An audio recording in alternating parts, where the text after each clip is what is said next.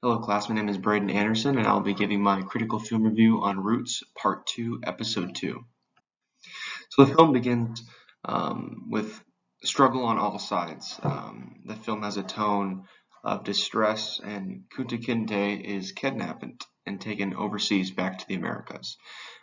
It's interesting that we actually see Kunta is kidnapped by other Africans.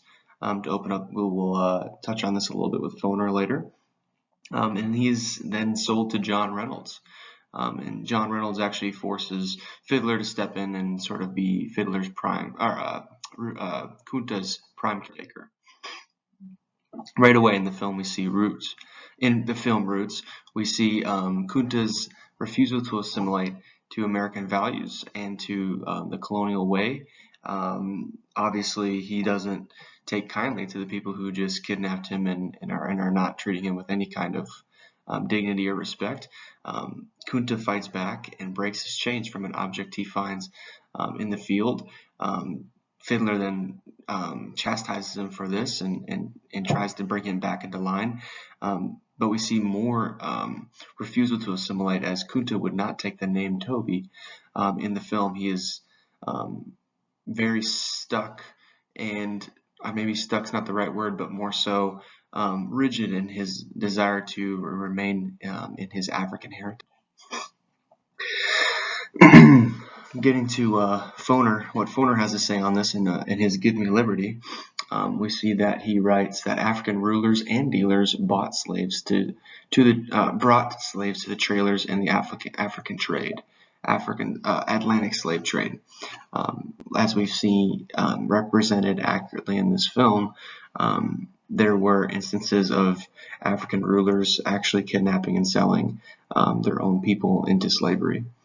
And then also throughout the 18th century, blacks risked their lives in effort to resist enslavement, as Eric Foner writes in his Give Me Liberty, basically quoting from him there. And this is actually a really strong tone throughout the theme, and I'll touch on a little bit more in the next slide.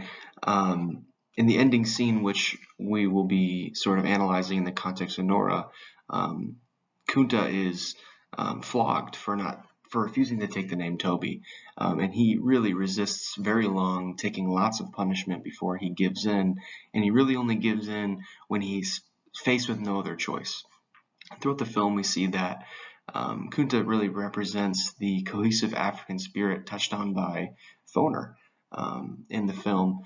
And in the context of Nora, we see that there's many just walking by without tending to Toby, without there being any slavers nearby, fiddlers caring for Toby, and so there would have been no, there likely would have been no reason for them to kind of turn a blind eye to Toby, especially when they see someone flogged so much. So that would have been a good example of possibly this film's aiding history and the destruction of memory in the context of Nora. Thank you very much, guys. Went a little bit long, but hope you enjoyed. Bye.